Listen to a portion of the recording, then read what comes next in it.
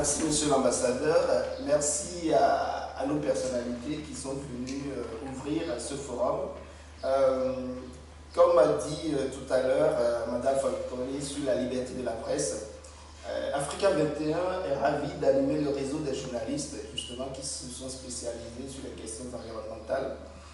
Et à ce sujet, quand on parle de la liberté de la presse jusqu'aux questions globales évoquées par l'ambassadeur tout à l'heure, on voit très bien quels sont les différents points d'ancrage qui font de l'Afrique en fait le point de cristallisation de toutes les grandes questions.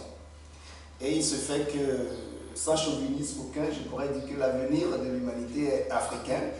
Donc, voyons à travers ce forum l'opportunité de penser cette grande question à partir d'un ancrage géographique, parce que les différents sujets qui seront abordés vont concerner tout le monde. Et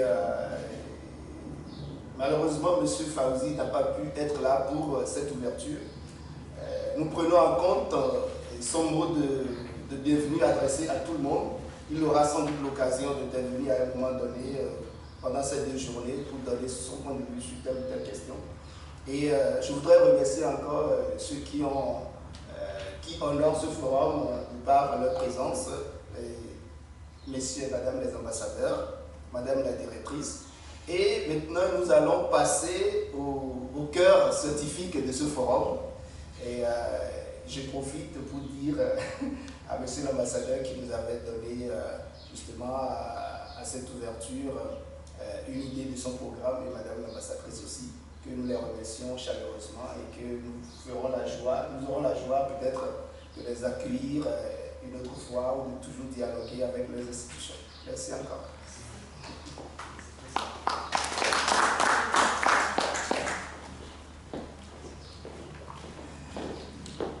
Et donc, nous allons ouvrir en quelque sorte le bal des tables rondes qui vont animer cette première journée du forum. Et en commençant d'abord par quelques mots sur le sujet global qui concerne à la fois l'Afrique et la Genève internationale. D'abord, pourquoi l'Afrique? Tout à l'heure, Madame l'ambassadrice disait que l'Afrique gagne en importance. Effectivement, il y a pas mal de sujets qui méritent, si on veut se faire une idée concrète et pertinente, d'aller voir en quoi ça touche le destin de l'Afrique et comment ce destin-là est lié à toute l'humanité. Il y a quelques années, on a demandé à Mathieu Pigaz, qui est le directeur France de la banque d'affaires Lazare, pourquoi sa banque a créé un département Sub-Sahara en termes de projection d'affaires. Et il répondait que la banque a une activité, évidemment, qui se préoccupe avant tout des opportunités, mais c'est surtout que le 21e siècle sera africain. Évidemment, nous n'allons pas lancer un débat ici aujourd'hui sur les tiraillements géopolitiques qui feront que on pourrait se demander entre l'Afrique, la Chine, etc., on aurait des divergences de point de vue ou des convergences, pourquoi pas. Mais toujours est-il que, évidemment, pour un banquier d'affaires, l'Afrique se présente avant tout comme un vaste champ d'opportunités. Et c'est le cas dans le même domaine. Mais l'Afrique, c'est aussi la terre de tous les contrastes et de tous les grands défis du siècle. Climat, défis démographiques, modèle de développement, enjeux sécuritaires, comme M. l'ambassadeur l'a évoqué tout à l'heure. C'est donc à juste titre que l'Afrique est au cœur de l'action des Nations Unies, censée garantir la paix et la sécurité internationale. Et pourquoi la Genève internationale? Parce qu'elle est le cœur battant opérationnel des Nations Unies, tout simplement. Donc, il y a un lien évident entre l'Afrique au cœur des grandes questions et la Genève internationale au cœur des opérations des Nations Unies. Et au cœur de de cette problématique qui nous rassemble aujourd'hui, il s'agit avant tout de comprendre les données et les dynamiques de l'Afrique d'aujourd'hui pour mieux dessiner les contours de l'Afrique de demain. Ce demain, nous l'avons mis en 2050. Pourquoi? Pourquoi pas en 2030, 2063, pour faire un clin d'œil en quelque sorte au centenaire de l'Union africaine? Le débat a eu lieu, je vous assure, je vous avoue, en notre sein, mais on on s'est arrêté sur l'idée de 2050 tout simplement parce que ça fait référence au grand tournant que le continent africain va connaître en devenant la première puissance démographique en 2050.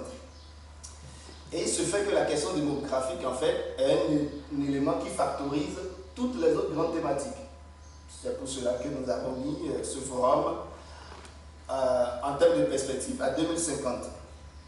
Et pour pouvoir discuter de tous ces sujets, nous avons identifié 3 grandes thématiques, à commencer notamment par les villes africaines et les nouveaux modes de vie. Ensuite, nous parlerons de la zone de libre-échange continentale en lien avec les crises, on a parlé tout à l'heure de la crise Covid, et les politiques de relance économique qui, en fait, font référence à la crise Covid, mais qui touchent globalement le devenir de l'Afrique en termes de développement économique. Et nous allons finir par un défi crucial, non seulement pour l'Afrique et pour le monde, les défis liés à l'eau.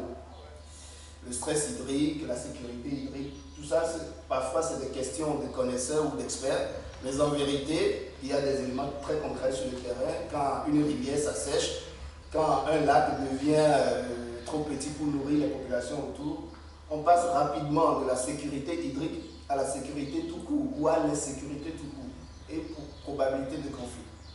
Donc, des thématiques que nous allons aborder avec 2 lignes transversales, à savoir le changement climatique et l'innovation technologique. Et donc, nous commençons tout de suite par la problématique des villes africaines et je demanderai notamment à Madame Armelle Choplin et à Monsieur Jérôme Chénal de nous rejoindre pour cette première table ronde.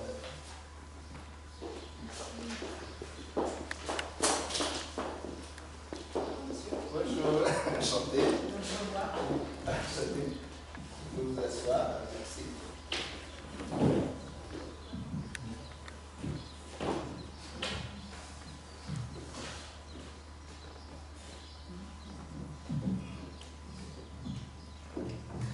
Merci à vous, soyez les bienvenus. Je vais juste dire quelques mots. Ensuite, je vous laisserai la parole pour nous délivrer votre message en termes de compétences et d'expertise sur les problématiques des villes africaines. Et un dialogue va s'installer entre vous, peut-être un peu avec moi, ensuite avec les participants. Je profite pour saluer tous nos participants qui sont en ligne de par le monde, notamment d'Afrique, mais aussi de France et d'ailleurs. Et n'hésitez pas à poser des questions, tout cela sera modéré avec l'assistance de Thibaut et de tous ceux qui sont aux manettes pour que tout ceci se passe dans de très bonnes conditions. Tout le monde s'accorde à reconnaître une urbanisation rapide, mais cette réalité demande une analyse rigoureuse des données pour une meilleure compréhension de l'évolution de l'Afrique. Le changement du regard sur l'Afrique d'aujourd'hui permettra de mieux dessiner les contours de la ville africaine de demain, qui aura le double défi de la durabilité et de l'inclusivité. Et ça fait un peu, peut-être, facile de répéter ces notions-là, mais toujours est-il que quand on parle de changement climatique, des ODD ou du fait qu'il faut veiller à une forme de développement durable et surtout qui tienne compte des besoins de toutes les populations, ces deux notions-là apparaissent comme celles qui doivent animer les réflexions et les actions. Donc cette table ronde nous permettra de poser les éléments essentiels du débat sur les villes africaines de demain. Alors je laisse la parole tout de suite à M. Jérôme pour nous délivrer son message. M. Jérôme Chénal est maître d'enseignement et de recherche, directeur académique d'excellence in Africa, École Polytechnique Fédérale de Lausanne. Merci. Merci beaucoup. Bon, comme on l'a conçu avec ma collègue, on va plutôt faire un dialogue qu'un monologue. Ce sera, je pense, mieux pour vous et mieux pour nous aussi. Alors, bon, on pourrait reprendre quelques éléments, on peut partir sur le côté... je partage partiellement votre positivisme. Pourquoi? Parce que tout le monde parle des villes, ça c'est sûr. Ça devient un sujet à la mode, ça devient depuis 23 ans que je travaille sur les villes africaines. C'est finalement ces quelques dernières années qu'on commence à avoir du succès et d'être invité à peu près partout. C'est pas qu'on est meilleur maintenant avec l'âge, c'est juste que c'est devenu un sujet à mettre sur le devant de la scène. Donc ça, c'est la première chose. La première chose, c'est qu'il y a des modes et qu'on bénéficie aujourd'hui d'une mode sur le continent, sur les villes. Tant mieux pour nous qui travaillons là-dessus, mais ça cache quand même un certain nombre de choses. Et là derrière, il y a aussi à voir, effectivement, que ce soit les villes ou que ce soit dans d'autres domaines en Afrique, sur l'ensemble du continent, et on parlera principalement de l'Afrique subsaharienne, ça cache beaucoup de choses, parce que parallèlement, si les Nations Unies sont extrêmement présentes à Genève, on a un Nairobi UN Habitat qui est censé représenter toute la question urbaine, qui aujourd'hui peine un petit peu à trouver ou à retrouver une légitimité qu'elle avait à parler des villes. Et donc il y a quand même à un moment donné une sorte de renversement, et c'est là que je pense qu'on est dans une phase à la fois d'opportunité mais de grande menace. C'est qu'on se rend compte qu'il y a que le positionnement du multilatéralisme doit retrouver une place qu'il est en train de perdre. En tout cas, je parle des villes, hein, les autres domaines, je connais trop peu pour ça. Et puis, si je fais le constat sur les dernières décennies, il n'y a pas beaucoup d'indicateurs qui nous permettraient de nous réjouir. Pourquoi? Parce qu'on se retrouve dans des situations d'instabilité politique sur toute la zone sahélienne, ce qui fait quand même passablement de pays et de villes. Quand j'ai commencé à voyager il y a très très longtemps, c'était à Ouagadougou et à Bamako qu'il fallait aller, parce que là vous ne risquiez absolument rien, et Cotonou, Abidjan, il fallait quand même se méfier un peu, et on a eu un renversement en 20 ans des questions sécuritaires sur toute la lignée, hein, que ce soit aussi Niamey, N'Djamena et jusqu'au Soudan. Si je prends les grandes villes de RDC, on est dans des situations aussi très compliquées. Si je vais au Nigeria, avec les grandes villes du Nigeria, c'est très compliqué. Donc j'aimerais partager votre positivisme sur le multilatéralisme et sur le rôle d'une sorte de méga structure qui amènerait un certain nombre de choses qui permettraient d'avoir des territoires et des villes pacifiées, mais pour l'instant, il n'y a aucun indicateur qui va dans ce sens-là. Bon, ça c'est pour moi la première chose. Et puis la deuxième chose, c'est la question du modèle que j'aimerais amener aussi, parce que, et peut-être des lunettes ou des points de vue, je pense qu'on n'est pas encore sorti aujourd'hui de la Renaissance. On est encore dans une période Renaissance, au sens de l'art, où on voyait le monde avec un point de vue. Et il fallait être bien axé sur le point de vue pour voir ce monde-là.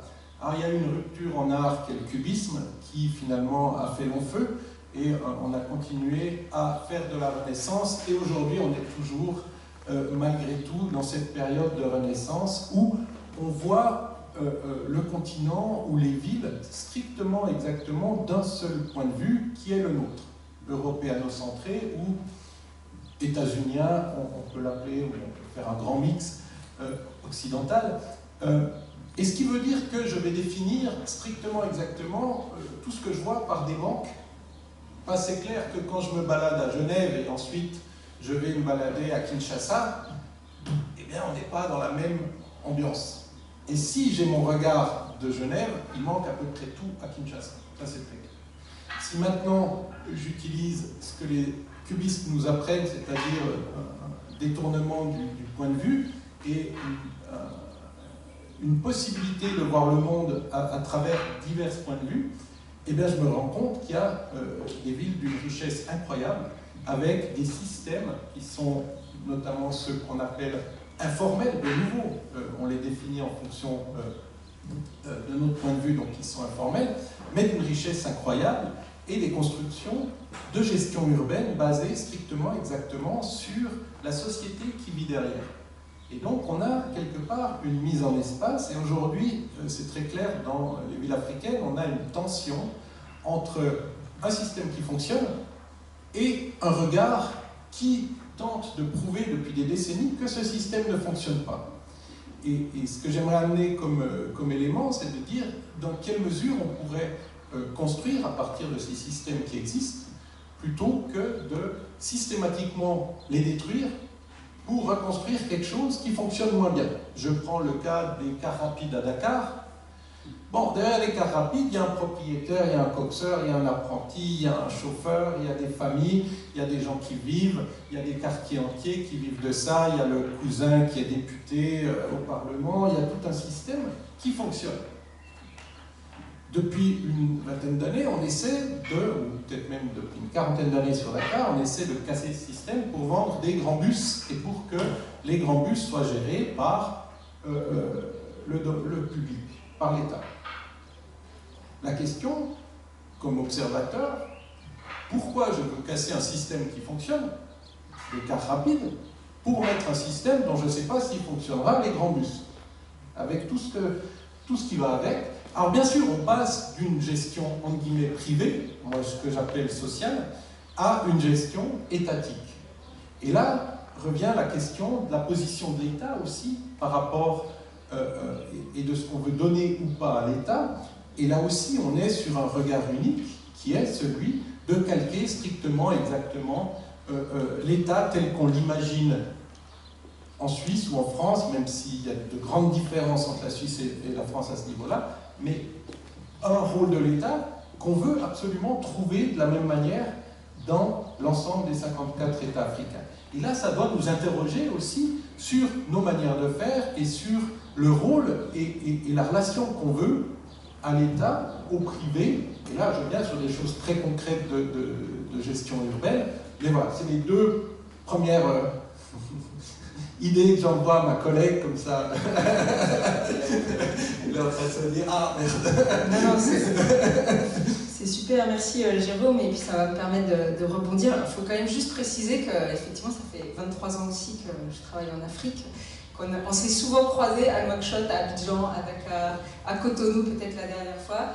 Et je crois que depuis que j'ai été nommée en Suisse, il y a 4 ans, je n'étais pas venue en Suisse. Donc c'est quand même assez génial qu'aujourd'hui, grâce à ce forum, on se retrouve ici, alors qu'on échange régulièrement, mais que d'habitude on se voit ailleurs, dans les villes africaines, plutôt qu'ici.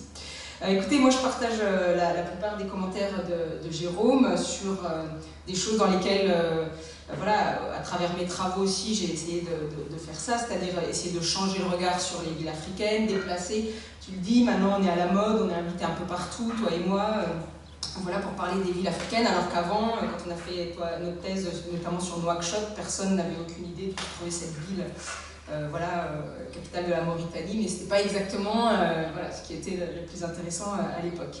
Donc aujourd'hui, effet de mode, oui, qui est intéressant à analyser parce qu'il y a deux choses, je pense, qui nourrissent cela. D'abord, la peur, quand même, démographique. On ne peut pas ouvrir un document sans dire un habitant sur 3 sera africain à la fin, ou sur 4 à la fin de ce siècle. Donc il y a quand même cette peur.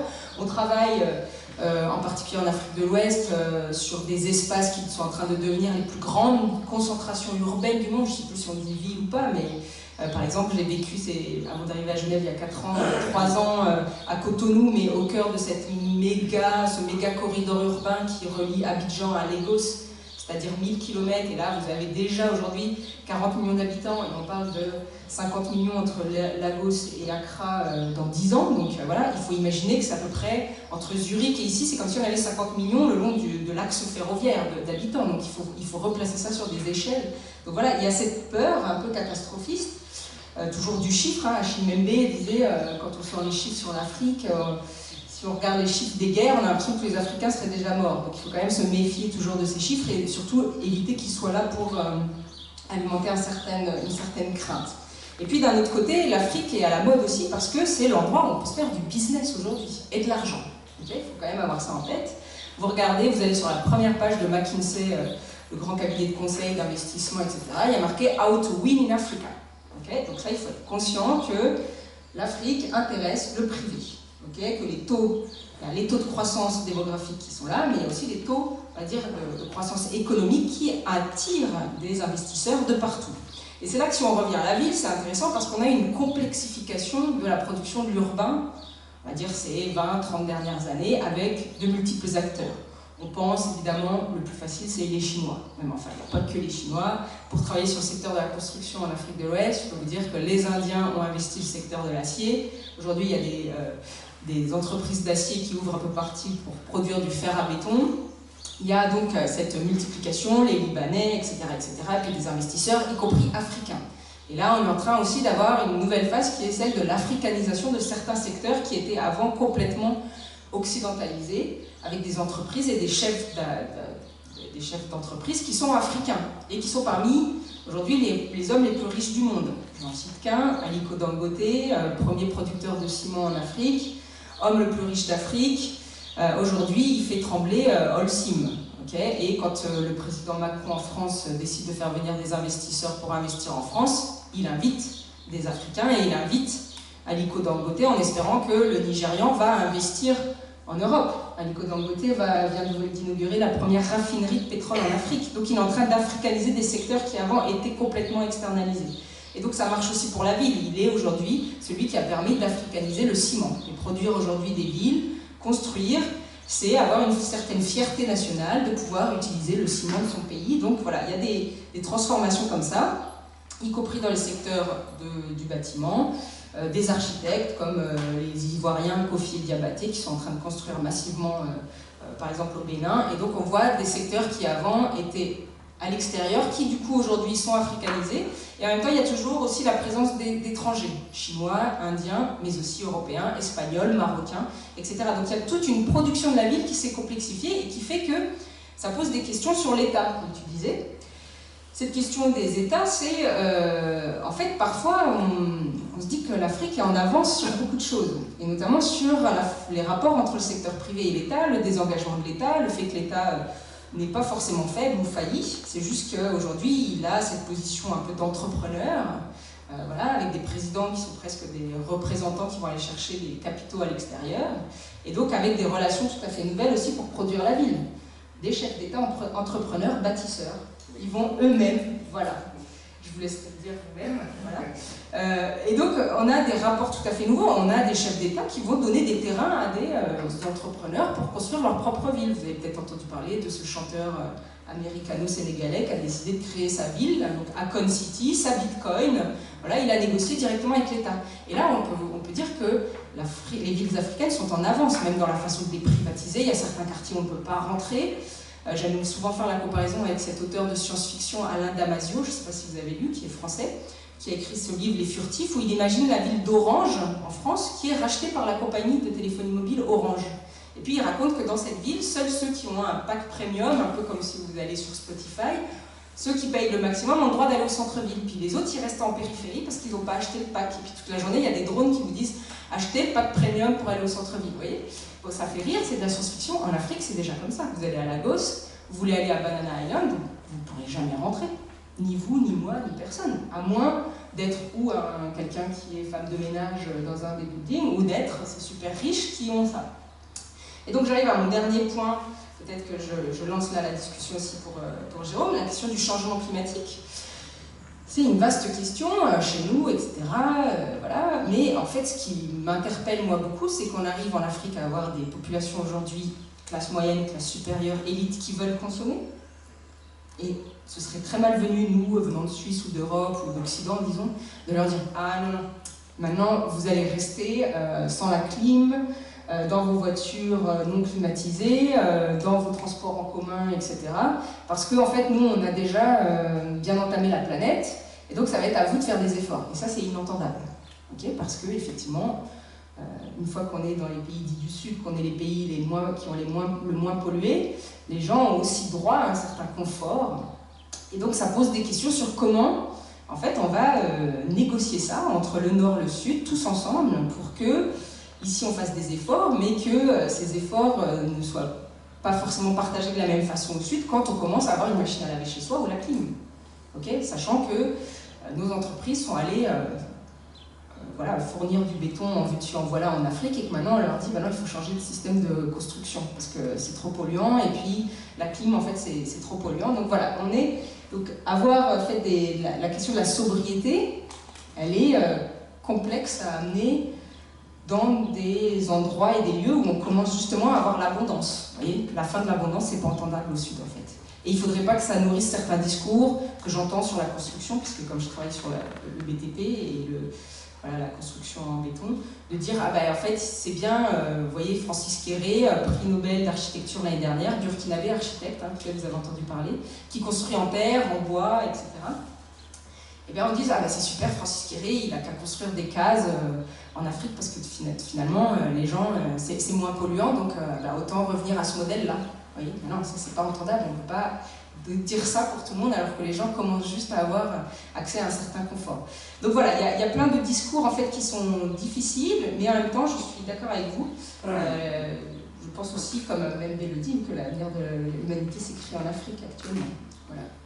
Je sais pas si mais ouais, peut-être sur ces éléments-là. Alors, moi j'ai fait vendredi, j'étais à Paris pour Armel m'avait précédé d'une année pour un séminaire où les gens s'interrogent plutôt sur la ville française, mais ils aiment bien avoir un troublion à la fin pour un petit peu décentrer. Et j'ai raconté une chose qui passe absolument pas en France et qui passe absolument pas sur l'ensemble du continent africain.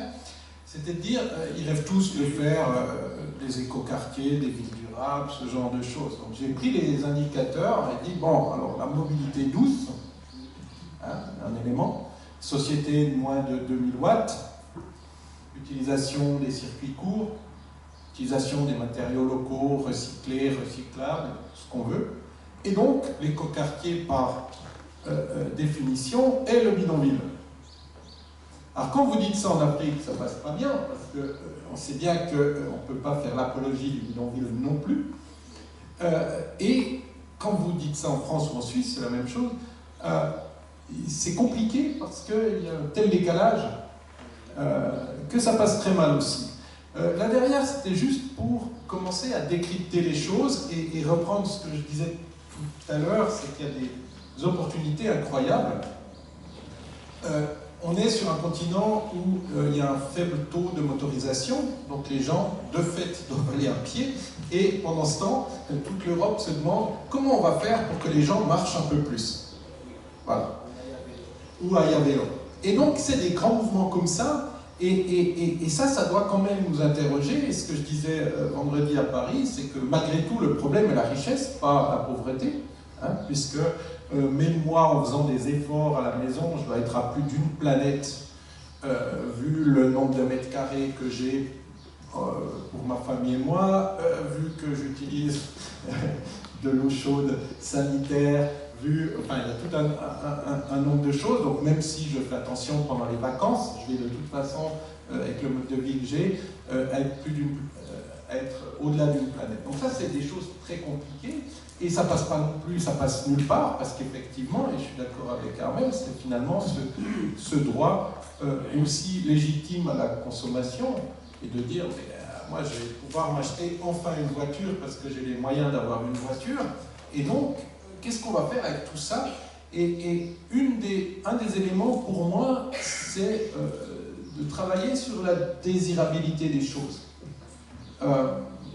On ne peut pas du jour au lendemain, et c'est la même chose en Suisse, dire aux gens, il vous faut votre petite villa, votre voiture, votre frigidaire, votre télé. Donc on a quand même inventé avec les États-Unis un peu avant nous, mais inventé la famille nucléaire consommatrice qui vit dans sa villa. On ne peut pas pendant 50 ans faire l'apologie de ce modèle et du jour au lendemain dire « Ah, attendez, ceux qui habitent dans des villas, c'est pas normal, des voitures, c'est pas normal, maintenant tout le monde doit habiter dans la densité et aller à pied. » Bon, donc on ne peut pas, même si en termes écologiques on pourrait le comprendre, en termes de ce qui est audible, c'est absolument pas possible de promouvoir pendant 40 ans un modèle et du jour au lendemain dire stop. Et donc, ça veut dire qu'on doit travailler sur ces nouveaux types de modèles et sur la désirabilité des choses, tout pendant que ce qui est désirable est un véhicule automobile noir de marque allemande, forcément. Tout le monde veut ça. Et en Suisse, vous avez vu les statistiques, les 4 marques les plus vendues, Volkswagen, Mercedes, Audi et BMW. Donc on est en plein là-dedans. Ce que le Suisse normal désire, c'est une voiture allemande. comment est-ce qu'on veut raconter aux autres que c'est pas ça qui est désirable? Et tout le monde veut ça. Et donc, soit je commence à changer les choses, à rendre des choses, d'autres choses désirables, mais ça veut dire qu'il faut une exemplarité sans doute des élites, et qu'il faut commencer par ça. Et donc, le jour où on verra un président africain faire du vélo, on est encore un peu loin, mais on peut faire de la science-fiction aussi. Bon, on en a eu un qui n'a pas duré très longtemps, qui roulait en R5 à l'époque. Mais c'est ce genre de choses. Et donc, on doit commencer à travailler là-dessus. C'est pas à travailler sur forcément du solide, c'est, de mon point de vue, à travailler sur ce qui est désirable ou pas, tout pendant qu'on pense que ce qui est que la mobilité des gens est valorisée. Donc c'est pas l'immobilité qu'on va valoriser, c'est l'hypermobilité. Et on ne va jamais en Suisse ou ailleurs régler des problèmes de transport.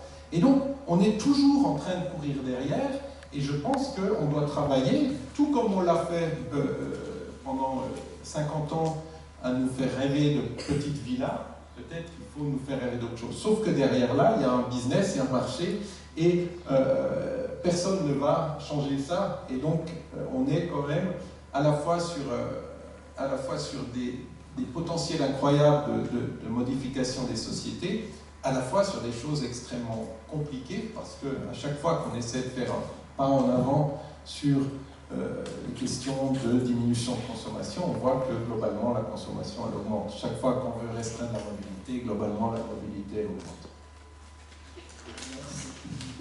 Merci Monsieur Chenal. Tout à l'heure, je n'ai pas précisé, et justement par rapport à Madame Arben Cheblin, qu'elle est professeure associée au département de géographie et environnement de l'Université de Genève. Et merci pour votre argumentaire, pour vos argumentaires, et surtout, si je dois être un peu taquin, est-ce que, et à M. Chenal, vous avez commencé à souligner peut-être mon trop grand optimisme. Est-ce que finalement, tout ce que vous avez décrit là ne renforce pas justement cet optimisme, peut-être en termes de potentialité des villes africaines? Ah, il y a un potentiel. Enfin, ça, moi, je ne nie pas, et je pense qu'on est tous d'accord, et on ne travaillerait pas au quotidien là-dessus si on était totalement pessimiste. Donc, mis entre l'afro-pessimisme et l'afro-optimisme, moi, je suis un afro-pragmatique, et donc j'essaie de voir finalement les choses telles qu'elles sont, et quels sont les éléments qu'on pourrait tirer ou pas. Enfin, de manière très crue, je pense qu'on est suffisamment bête pour justement faire en sorte que ça ne fonctionne pas. Voilà. Et donc ça demande, à un moment donné, ça va demander de changer les choses, ça va demander du courage politique, ça va demander une indépendance politique aussi. Et ça, pour l'instant, on est quand même assez loin, il me semble, à voir. En tout cas, merci. Et je ne sais pas ce que Mme Choplin pense de la notion de la désirabilité. C'est-à-dire que quand on pose la problématique de la pauvreté, par exemple, on sait très bien que c'est l'une des thématiques les plus importantes des ODD. Et est-ce qu'on peut rendre désirable la pauvreté, ou c'est plutôt la sobriété choisie? Qu'est-ce que vous en pensez, Madame Choplin? Merci. Oui, c'est une question qui est pas facile, mais je rejoins et je suis d'accord avec Jérôme Chenal sur les paradigmes. En fait, il faut changer les imaginaires urbains tels qu'on les a appris. Ici comme ailleurs, hein, j'aime souvent prendre l'exemple, travaillant sur le ciment et le béton, que ici en Europe, les enfants, on les a élevés avec les 3 petits cochons, en leur disant que seule la maison en ciment et en béton va tenir. Moi, quand je suis arrivée en Suisse, mes fils se sont dit, en voyant tous ces chalets, ils ont dit, mais maman, c'est terrible, les gens, ils ont des maisons qui ne sont pas solides. Vous voyez, parce qu'ils avaient appris, comme tout le monde, donc il n'y a que les Suisses qui savent que les maisons en bois peuvent aussi tenir, mais Vous voyez, donc ça, c'est des changements d'imaginaire. En Afrique de l'Ouest, il y a beaucoup de gens, peut-être même dans le public qui nous écoutent, qui ont appris à lire et à écrire en français sur l'abécédaire Mamadou et Binta, là. Et il y a une leçon qui est les belles maisons en béton de mon village, et puis à la fin, les enfants, ils doivent apprendre tôle ondulée, béton renforcé, vous voyez, toutes ces chaînages, etc.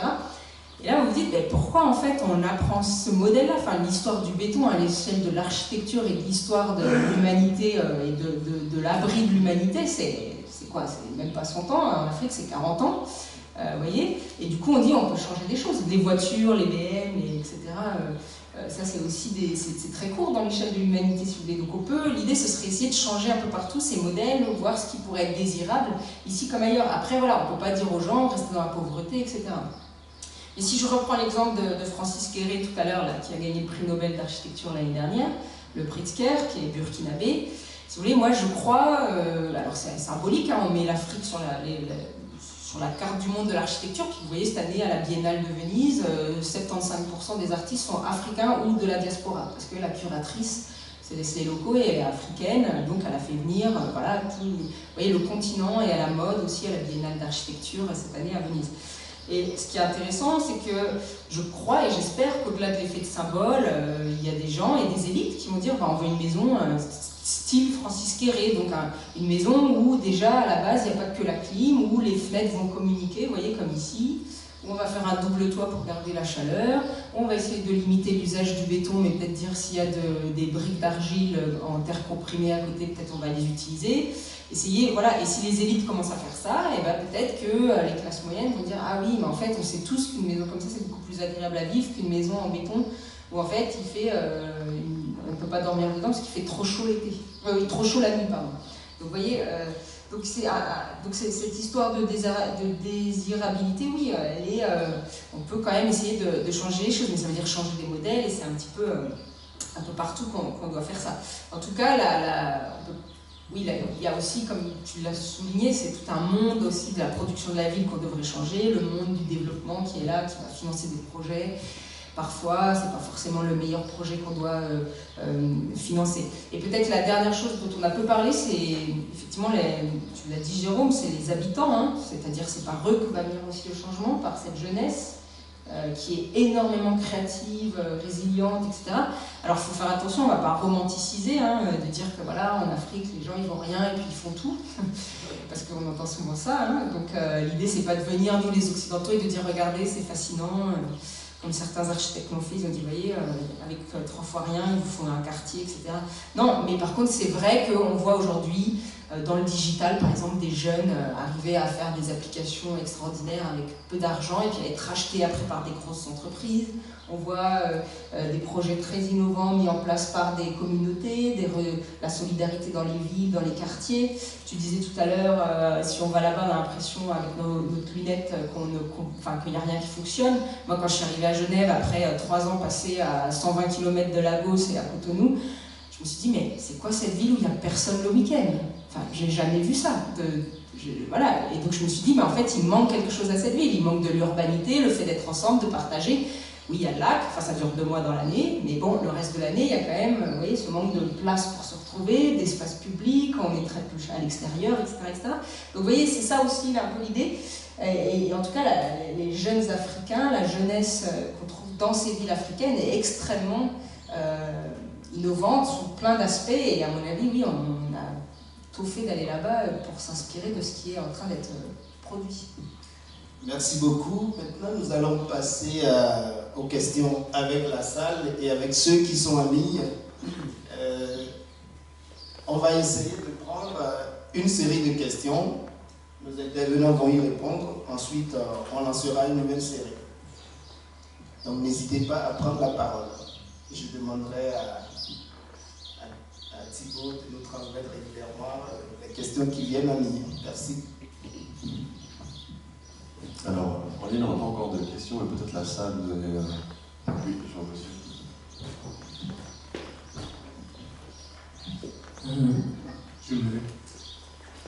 Bonjour, je m'appelle Thomas.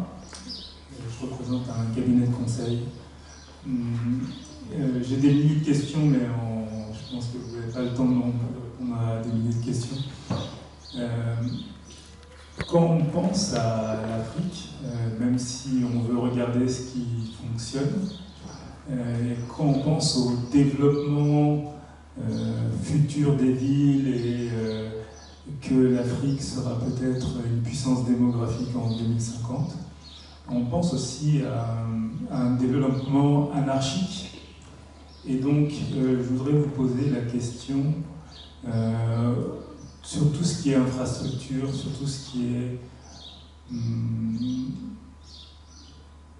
égout, sur tout ce qui est approvisionnement en eau, ce genre de choses. À partir du moment où il y a une croissance exponentielle de la population, comment on peut faire pour que ça fonctionne dans le futur? Merci.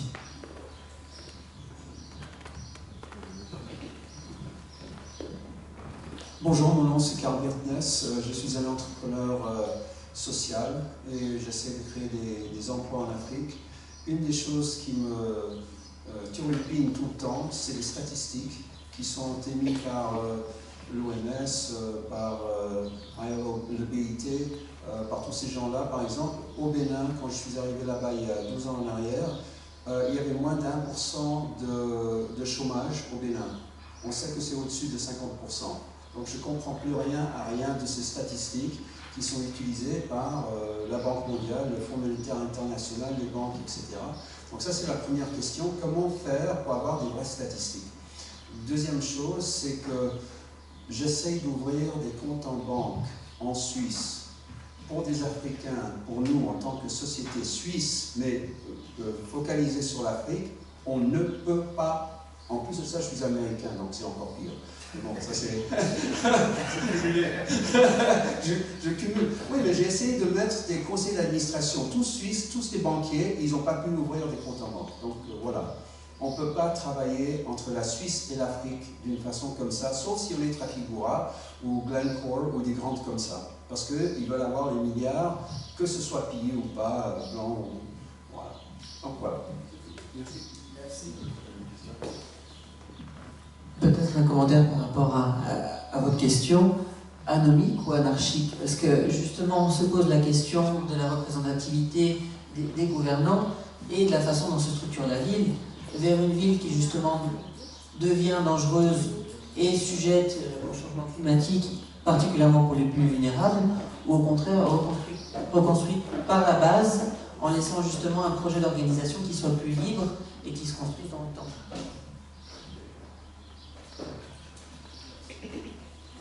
Merci.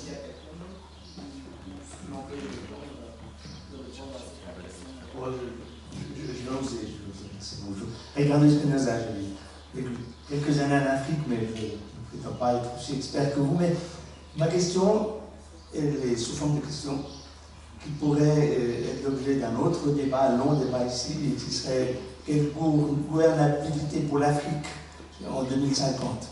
Est-ce que vous pouvez peut-être donner quelques éléments de votre vision sur la gouvernance en Afrique actuelle et future qui permettent justement ces aspirations qu'on a tous pour l'Afrique, généreuse, fort généreuse, mais qui implique quand même une certaine, toujours une vision européenne-centrique, centrique de notre vision de la démocratie, et puis aussi des conséquences de cette gouvernance qui permettrait une meilleure répartition du pouvoir, de la richesse et justement de la lutte vers plus moins d'inégalité. Merci. Merci. On va essayer de répondre à cette série. Ah, vous avez... Allez-y. Hi. I'm going to ask in English. I know a little bit of French. So I'm Preeti from Geneva School of Diplomacy, and my question is that, why is that, what's the solution for the water crisis in Cape Town? I've been to Cape Town twice, and I see there's water crisis, but is there any permanent solution for that? Thank you. Thank you. Donc on va commencer à répondre aux questions. N'hésitez pas, les experts, soit de prendre plusieurs questions ensemble et de répondre en fonction des questions. Bon, on va faire peut-être un peu le grand écart. Effectivement, sur les questions bancaires, c'est ce qu'est en train de faire le Maroc aujourd'hui, c'est de se positionner sur le continent pour faire du business et pour faciliter ce genre de choses. Alors j'ai une toute petite anecdote très rapide. Et comme j'ai une petite société, j'ai changé un compte en banque et la banque vaudoise, quand ils ont su que je travaillais avec l'Afrique, ils ont pensé que je viendrais avec des mallettes d'argent déposées. C'était pour quelques milliers de francs. Et j'ai dit non, je vais faire une facture, ils vont payer la facture et sur mon compte, et c'est tout. Et elle m'a regardé un peu bizarrement. Et je lui ai dit, mais ne vous inquiétez pas, si j'avais des millions, je ne serais pas venu vous demander comme ça. Il n'y a personne qui serait directement venu prendre contact avec moi. Donc il y a 2 poids, 2 mesures. Et effectivement, mais je pense que ça, c'est un grand domaine d'intervention. Lorsque, justement, Madame l'ambassadrice tout à l'heure disait oui, les relations, mais non, c'est pas si simple que ça. C'est pas juste.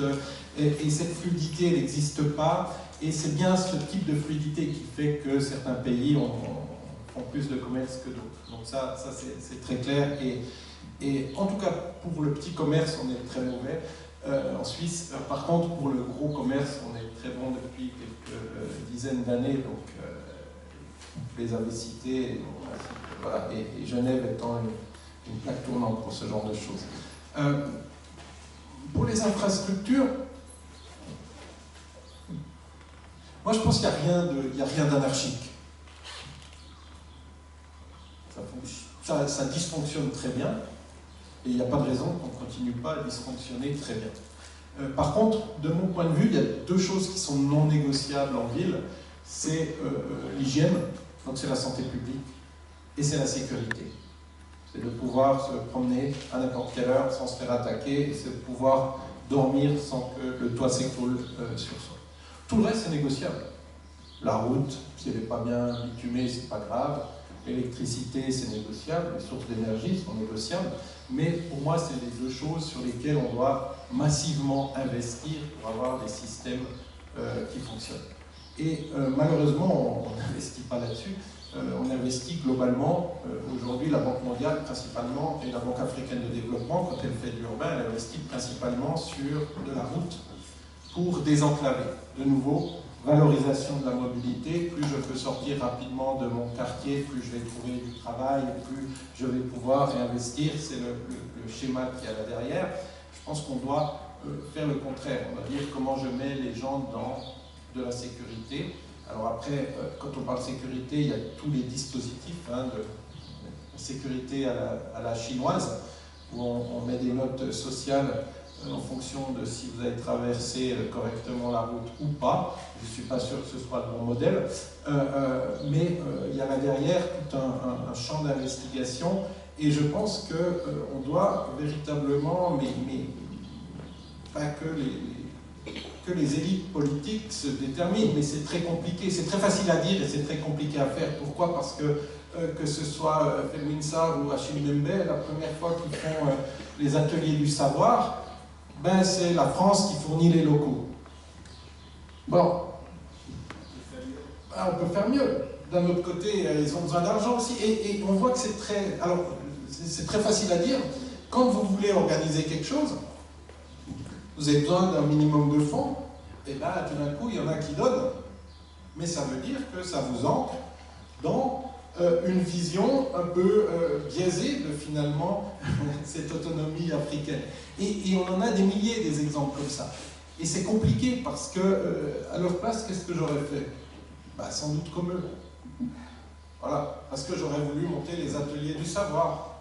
Et donc j'aurais monté les ateliers du savoir avec l'ambassadeur de France qui vient expliquer comment ce qu'on va faire. Bon, et c'est la même chose à chaque fois. Et c'est ça qui est compliqué, c'est qu'on se rend compte que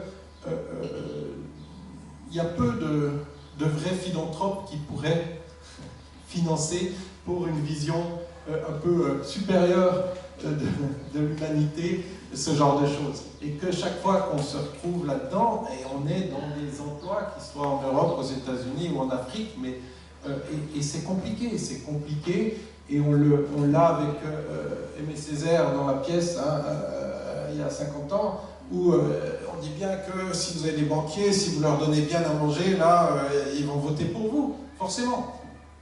Et ça n'a pas changé. Mais c'est pas, pour moi, c'est pas une spécificité africaine. Hein. C'est exactement la même chose ici. Hein. Vous allez au Parlement en Suisse, il y a les lobbyistes, et puis ça c'est clair. Bon, alors il y a peut-être des choses un peu plus visibles. Et peut-être à d'autres endroits, on a été un peu plus raffiné à merde, mais globalement, c'est la même chose. Et donc, c'est ça qui est extrêmement compliqué de mon point de vue, c'est que il y a une volonté, il y a une voie aujourd'hui de totale autonomie, mais il y a une élite qui est dans l'incapacité de s'en saisir, ça c'est très clair, et on le voit hein, avec les visas qu'il y a eu, avec la France a resserré les visas pour le Maroc, et la Tunisie et l'Algérie. C'était un tollé. Il dit, mais alors vous voulez vous défaire de la France, puis dès qu'on coupe les visas, vous n'êtes pas content. Et donc, c'est compliqué ce genre de choses, et c'est d'autant plus compliqué que si j'étais à la place de tous ces gens, je crois que je ferais exactement et strictement la même chose. Donc, ce qui rend encore les choses beaucoup plus troubles et beaucoup plus compliquées. Peut-être Madame Chapelle, oui. Oui, j'ai juste commencé par les infrastructures. Je trouve que c'est vraiment une question intéressante parce qu'en ce moment, on est vraiment dans l'infrastructure boom. Donc, c'est le boom des infrastructures. Il y a les infrastructures qui arrivent. Vous ne pouvez pas aller dans une ville et même en campagne, dans le monde rural, sans qu'il y ait des chantiers, de grands projets avec des machines neuves. Ça, c'est ce que j'ai pu observer. Donc, des des machines qui arrivent pour construire. Mais en fait, moi, ce qui me pose question dans les infrastructures, c'est maintenant qu'elles sont là, c'est qui va les entretenir. Donc là, c'est quand même le gros sujet, parce qu'il ne suffit pas de mettre un canal, une canalisation, un pipe, ça va être qui va le déboucher dans 4 ans, etc. Ça va être qui va entretenir ces buildings. Nous, on a les immeubles qui commencent à s'effondrer chez nous parce qu'ils ne sont pas entretenus. Le béton, c'est 50, 70 ans. Là-bas, il s'effondre avant même. Tous les jours, il y a des effondrements dans les villes africaines. Donc ça, c'est une vraie question. Et du coup, je trouve qu'on a tendance à dire, voilà, le développement de l'Afrique, quand vous regardez une image, ou même quand je vous parlais de l'image de McKinsey, ça va être des grues et des buildings. Et ça, c'est vrai. Il y a des grues et des buildings partout en ce moment en Afrique, et des toupies à béton, etc. Mais par contre, voir les autres secteurs, parce qu'il y a un de nos collègues qui avait écrit un article qui s'appelle People as Infrastructure. Comment les gens font aussi infrastructure. Donc, Abdou Malik Simone. Et là, par contre, je trouve que voilà, on délaisse d'autres infrastructures qui sont les gens et le secteur de l'éducation. Je suis allée donner un cours à l'université de Cotonou à Bomé-Calavi il y a 1 mois dans des conditions, on va dire, on a eu du mal à trouver un micro, le PowerPoint a affiché un tout petit truc en haut à droite, il y avait 300 étudiants. Enfin, je veux dire, on est sur une université de 15 000 étudiants pour 13 millions d'habitants, 150 000.